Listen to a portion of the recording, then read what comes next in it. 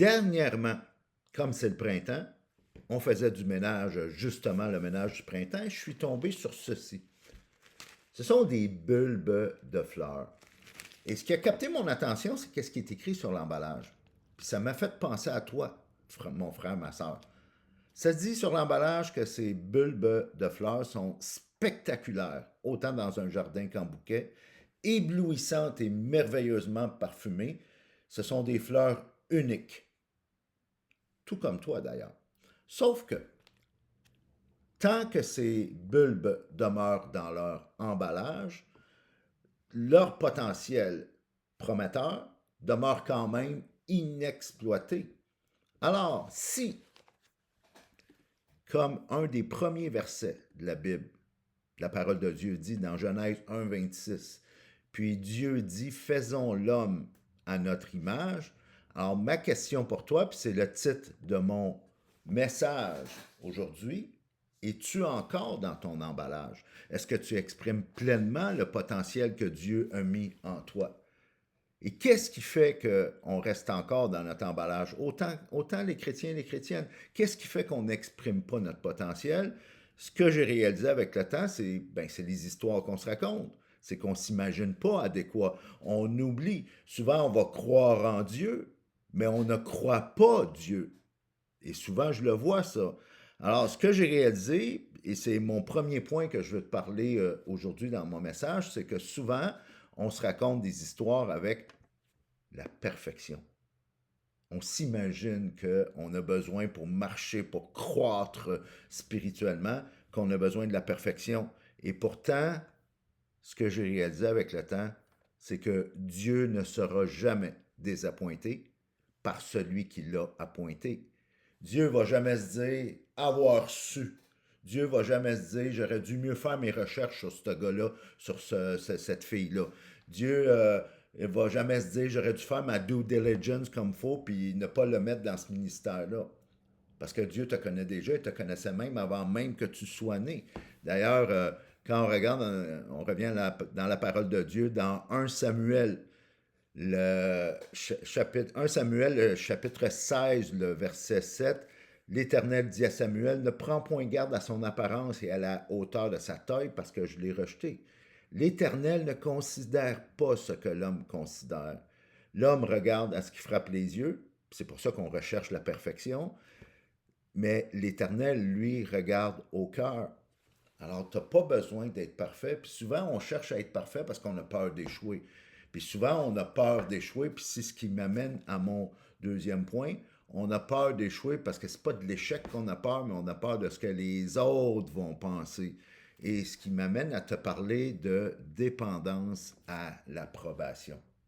La dépendance à l'approbation, c'est quelque chose qui est humainement normal, si on veut, chez les tout-petits. Parce que quand tu es TQ, ben, les grands qui sont en autorité sur toi, tu dépends de leur approbation. Les parents, les grands frères, les grandes sœurs, les professeurs d'école, puis ainsi de suite. Et si tu veux vraiment grandir, tu dois réaliser que cette dépendance à l'approbation-là, qui était ton mode de survie lorsque tu étais petit, tu n'en as plus de besoin vraiment un coup rendu adulte. En particulier dans ta marche avec Dieu, en particulier dans le territoire spirituel que Dieu te donne à conquérir. Souviens-toi, il t'a créé à son image. Et son purpose, c'est que tu puisses marcher, que tu puisses conquérir ce territoire-là. Puis pour ça, tu dois te désensibiliser de cette dépendance-là à l'approbation.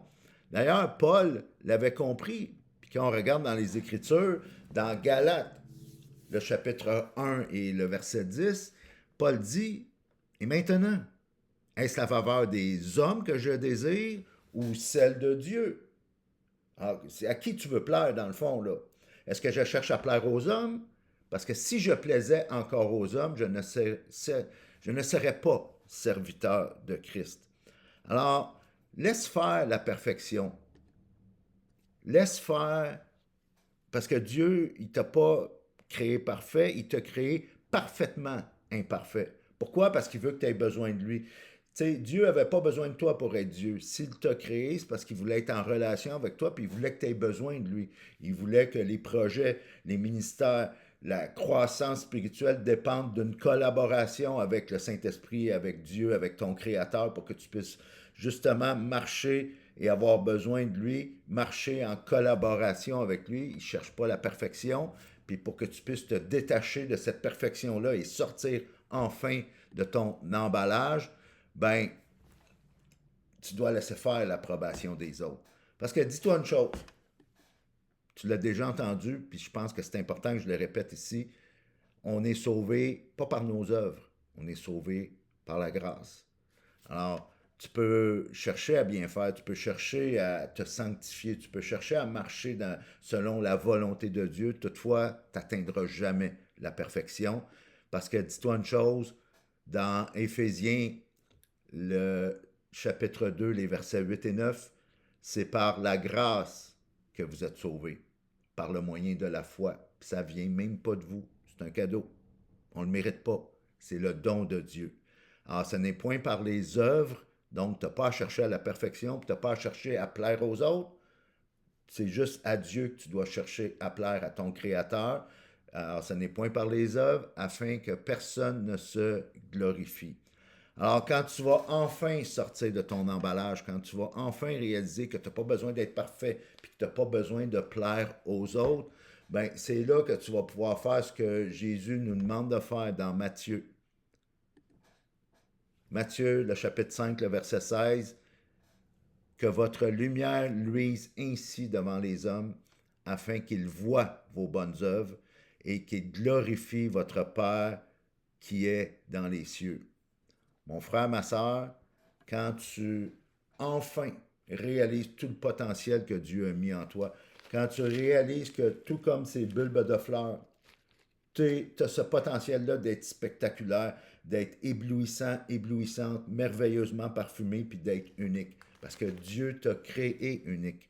Il t'a créé afin que tu puisses le glorifier, bien sûr, mais il t'a créé unique aussi pour que tu puisses réaliser ton plein potentiel. Puis pour ça, ben, tu dois sortir de ton emballage et c'est là que Dieu va t'être glorifié et c'est là que tu vas croître spirituellement et réaliser tout le potentiel que Dieu a mis en toi. Amen.